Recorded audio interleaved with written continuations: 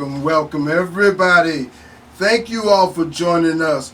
We're here again at the Sourceseeker Hour, one of the greatest shows on the internet. I thank you everybody for joining us today. I'm Baruti Carl Alexander. I'm the Sourceseeker, and this is going to be a great show today. Thank everybody for joining us again. We're going to have a show about a very important subject, depression. The name of the show is Fighting Depression, Finding Brighter LITE. A very serious subject, so I want to calm it down for a more serious tone. It's a lot of people out there struggling, and we brought some great guests to have a roundtable discussion. Maybe we can help somebody out there. Maybe we can touch somebody. So I'm going to go around, roundtable the room, and we're going to go one by Ms. Kenesha. Yes, my name is Kenesha Grace Drayton. I am an LPC, licensed professional counselor, and I'm also a certified anger resolution therapist. Thank you. Peace and power. Yes, sir. Yes, my name is Dr. Napoleon Higgins. I'm a native Houstonian from this area. I'm also a psychiatrist. I do child, adolescent, as well as adult psychiatry on the southeast side of Houston. Thank you very much, sir. Thank you for joining us today. My sister, how you doing? I'm wonderful, thanks, Brody. My name is Jana Hill. I am a human service professional here in the Houston area. I'm a native of California, which is Northern California. I'm also an author, first published book in 2016, and I'm happy to be here today.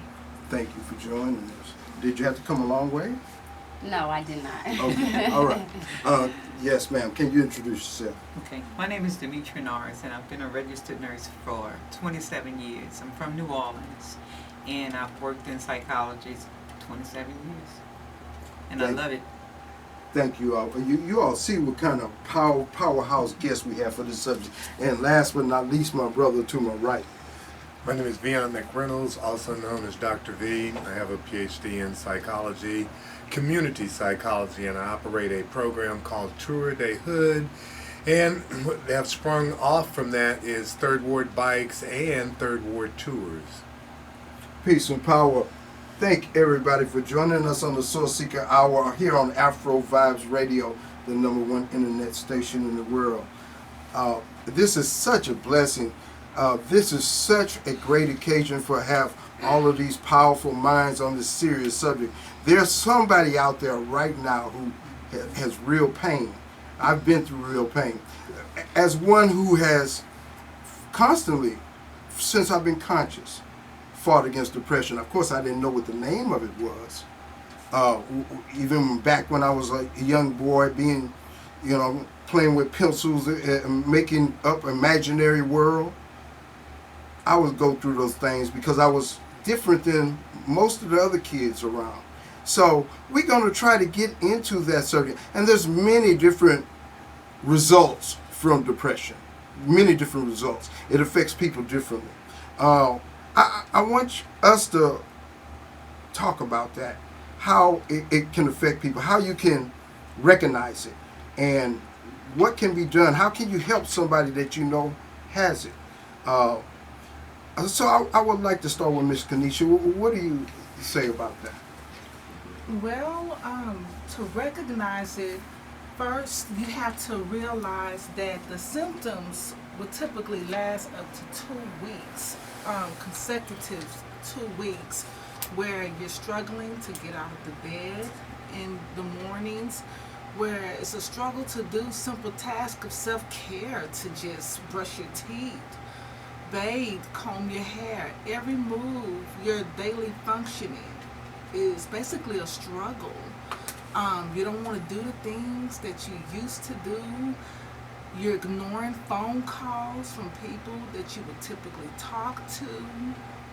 Oh, that feels like such a painful description of what somebody would go through. And what I know, because I've lived that, what I know is that you can look normal, like nothing is wrong to somebody on the outside. What you say about that, Dr. Higgins? Yes, definitely. So, with what Kenesha said, issues with poor interest, not wanting to do things, having a sense of guilt or worthlessness, as if you don't belong or deserve, changes in your energy level, appetite issues, not eating or overeating, difficulty with your sleep, so far as keeping sustained sleep, difficulty falling asleep, waking up early, difficulty with thinking and concentration. Having a lot of issues with that, like we stated before, not wanting to get out of bed, not wanting to engage. And really, it's not a psychiatric diagnosis or a psychiatric issue until it's impairing. So it's when it impairs your life that we start to get concerned about actually pathology. So can I ask that there's different levels of functionality as far as dealing with depression. One person it would affect in a greater way than another person.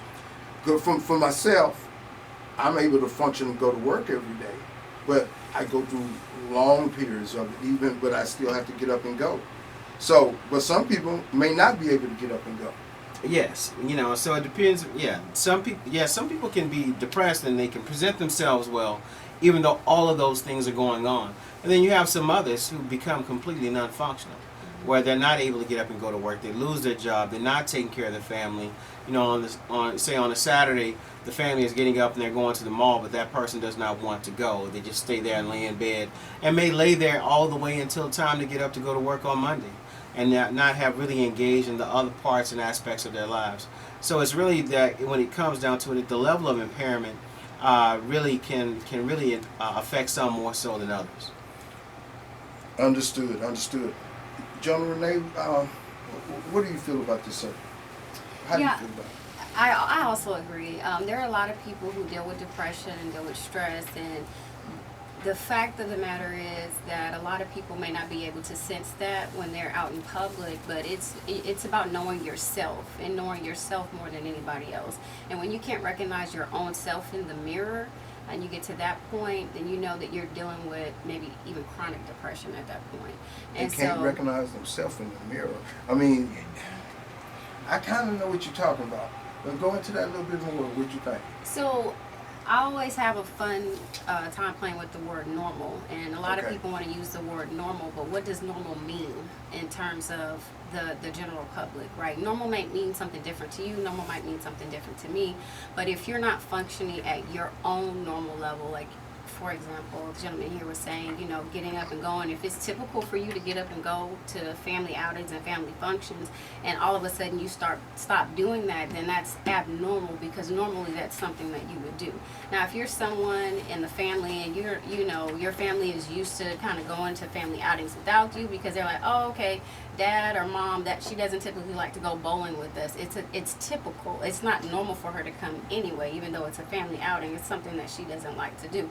So if it's something that you typically and normally do, and all of a sudden you don't have the appetite or you don't have the desire to do that anymore, then you're now living in a kind of abnormal realm where you're not yourself, and too much of that could be unhealthy, because then you find yourself in a slump, and a lot of people then isolate themselves and become recluse into where they don't communicate, and I've certainly been through that before.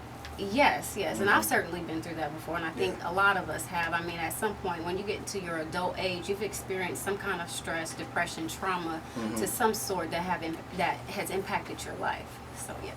Yeah, I can understand that. Been through that before. How it affects kids, it affects elderly, it affects all human beings. I know, Nurse Norris, that you've worked with kids. Have you seen depression in kids and stuff before? A lot. One of the reasons why I did what I did with the art, I brought the art to the kids, because I wanted them to see a different outlet. I used that as a tool to get to them, to find something bigger than depression. What do you? I'm trying to understand the art. How do you think it impacted them? I kind of have an idea, because, just like music, music can give you a certain mindset, a certain feel, and art can too in that perspective. And kids are drawn to those type of things also. What do you say about the subject, Brother Beyond? Well, my perspective is that when you change your behavior, basically you're talking about chemistry inside the body. And if you look at a depressed person, you can actually tell that they're depressed by the chemicals really in their body, the way the body, the chemical state, hormones in the body. And so when we're talking about art and doing other things, when we change the way we think and change the activity that we're doing, we change the chemistry in the body. And that has an effect on the way we think and the way we feel. Well, it certainly does. I know in the black community, it has not been, it's a taboo subject. You know, it's something that people don't want to talk about because mental illness is on that pantheon of things that are people discussing. So people do not want to accept it. But I believe the reality is that all people go through some type of mental difficulties and challenges and things. But why is it in the black community that is such a taboo, my sister? Well, we have a hard time acknowledging things that we don't understand. And depression is something that we just don't talk about within our families or in our communities. And so another thing is that we've been bound generationally for so long that we just really don't acknowledge it. You know, we don't feel that we deserve, deep down rooted feelings, some of us don't feel that we deserve to live in peace because of the anticipation, the hardships, you know, So because of our the race. trauma of our Jim Crow, slavery, all of those kinds of things have a generational effect, and is that what we're saying? Well, I would say more like that's part of it, but things like microaggression, covert racism. What is microaggression? It's more like in layman terms, like picking out a particular race to target them in certain areas. Like, for example, I'll quickly tell you, like, whenever Donald Trump had the ICE raids, for example, and it was mostly showing that it was targeting a particular cultural set of people. So that's an example of microaggression. You know, whenever you're going into a store and you're a black man, you're in the store, most of the other people in the store are of another culture, but they got their eyes on you because you're a black man. And then it's like, okay, why are you following me around like this? Oh, I'm just doing my job. So that's a bit of a description of microaggression and covert racism as well. So double sword to black people. Yes, sir. What they try to do is, you know, make us feel like we're less than. You know, whenever you're going places, because if you're walking into a store and you feel like, you know, well, I have this Louis Vuitton purse, I'm doing well in my life, they're not going to target me, and that's not the case. But you know, it's a taboo because we don't want to be victimized any longer, especially whenever we're trying to come up. So to acknowledge that you're depressed, it's like making yourself fit into a category somewhat like a victimization, and you don't want to be identified. Some people don't want to be identified with that. That we want to be acknowledged as strong people because we overcame this, we overcame that. So, you know, we don't acknowledge our vulnerabilities either as a people. I understand. We don't have to just go around the table like that. If you have a strong point on a certain subject, please interject at that time. We have very powerful thoughts on the subjects that we're talking about. So if you have something that you wanted to interject, go ahead and interject it. But what is your opinion of why black people have such difficulty admitting? Well, just as Kanisha was saying, I think a lot of it, the pains come from, you know, from the past and even the current. where essentially, and during slavery, essentially you did not own your body, nor you're in command of your own personal space or your movement in life. And I think we've been programmed to not talk about it. And we are the least likely to engage in treatment, the least likely to engage in care, and the least likely to acknowledge our own individuals' issues with mental health. And I think that training comes that we just don't talk about it. Essentially, if my wife returned from Master's house, late in the night, we didn't talk about the traumas or the ills and what happened.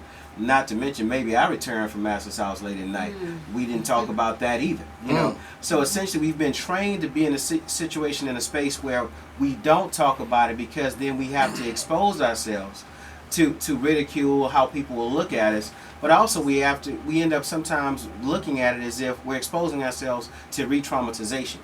So even when you come home from work and you're working real hard and you're working for this corporate structure, you could be the executive vice president, and they can depend on you in certain spaces, but then other times when you speak up, they will act as if you didn't even not even exist inside the room. So even as we move up in our careers and we receive accolades or even financial checks, granted, yes, you made executive vice president, you're making a lot of money, but they didn't make you partner. It's not like you became owner of ExxonMobil or we're going to become a millionaire working for them in your current role, despite your abilities to do the work. So that re-traumatization that we brought from then even to now, I remember just being up 59, a little further up in Greenway Plaza, and I was at a restaurant. I just walked in the door, and all of a sudden the lights blinked in the foyer. Like they were out for a good second and a half. Lights came back on, and there were 7 faces looking at me. Oh, wow. I'm like, I didn't even know the people in front of me even knew I was standing behind them. But when the lights come back on, they're looking at the black man inside the room. Now I'm dressed like they are. I got on my suit and tie. I think I was well overdressed for what the rest of the room looked like. But those are called those microaggressions. But then also you have the straight out overt macroaggression, where where we have to fear the cops, or you fear what's going on with your family member. Your child is not home and they're coming home a little bit late, and you're wondering if the man got them. The same man who was on the slave patrol was the same man who may drive the police car. So you're wondering, did something happen? Did the system get them? Did someone, so those fears are really real that we have. And I think that there's been an awakening in the black community where we've decided we're going to talk about this more. We're going to talk about it more. Really, I didn't see programs like this just 5 or 10 years ago to have this discussion. So I think there's a time right now where we're saying, hey, let's wake up. Let's talk about it. Let's talk about the ills. Because the fact is that you've got to at least acknowledge the issue before you can do something about it. And I think we're right now ready to acknowledge those issues. Absolutely. Certainly here we want to explore all facets of that issue, because what mental illness or what depression, if untreated, and it can get worse and worse, it leads to a breakdown not only of the person who's experienced it, but it affects other people also. And the ultimate is it can lead to suicide. And that's increasing in the black community. It didn't used to be where black people would kill themselves. Especially kids. Yes. So it's very much increasing. It is such a thing where, especially in the young people community, black people community, that they have a macho attitude, so much so where they are afraid to show vulnerability and so forth, and to deal with truth. What do you say about that? That's a really good point. I'm glad we're even having this conversation. And I also want to piggyback off of what Ms. Kanisha was saying in regards to the knowledge thereof, or the lack of the knowledge thereof. People don't respect what they don't know. And so a lot of times, especially in our community, there's been a disparity too in access to health care, whereas there's been other communities or other people that don't look like us where they have access to more health care. And if I have to choose between a physical ailment and a mental ailment, usually I may have to address the physical ailment first. And so that has also been an issue in our community in terms of access to health care in order to get treated for mental illness and mental health care. And I'm going to say this because my spiritual father, he says it's the best to me, and R.C. Blake's Jr., and that is we have a physician for everything. We have a physician for our back, we have a physician for our foot, we have a physician for our heart if something's wrong with our heart. why is it that we're so opposed, or why is it there this taboo when it comes to mental health? If you got a physician for everything else, why not have a physician for your mental? That's the most important thing, because it controls everything else. And so I think it's really important for us to have these type of discussions, and I think we are coming to a point where in our community we're having them more and more every day. But also, the more comfortable we get with having this conversation, then the more susceptible we'll be to continue to have the conversation and hopefully reduce the suicide rate. And with that point, I think in order to do that also is we have to get to a healthy point where it's not that we normalize it, but we also don't ostracize the people who are dealing with mental illness and mental depression, because oftentimes when we do that, they become vulnerable and feel victimized again, where sometimes they feel excommunicated from their community. And we have to have a togetherness and a sense of community where we hold each other's hands and we become that village to help our younger ones and even ourselves in the community to offset and overcome depression. And I think that's the important part, is to accept it but to move on from it, not to normalize it and think that it's okay. I'm talking about, when I say normalize, I'm specifically referring to suicide, because depression and anxiety and mental illness is something that is common amongst us all. Yes, it is. It is such a difficult issue, and that stigma is so strong, especially in the black community. People don't want to admit, it's like you're admitting weakness. It's like you're not macho. It's not like you're not brave. It's so many different things about it that they don't even want to approach the subject. This is the Sourceseeker Hour on Afro Vibes Radio, the #1 internet station in the world. We're having a very powerful discussion, one that's very, very necessary, on depression. The name of the show is Fighting Depression, Finding Brighter Light. We're going to take a break right now. We'll come back in 1 second. Thank you.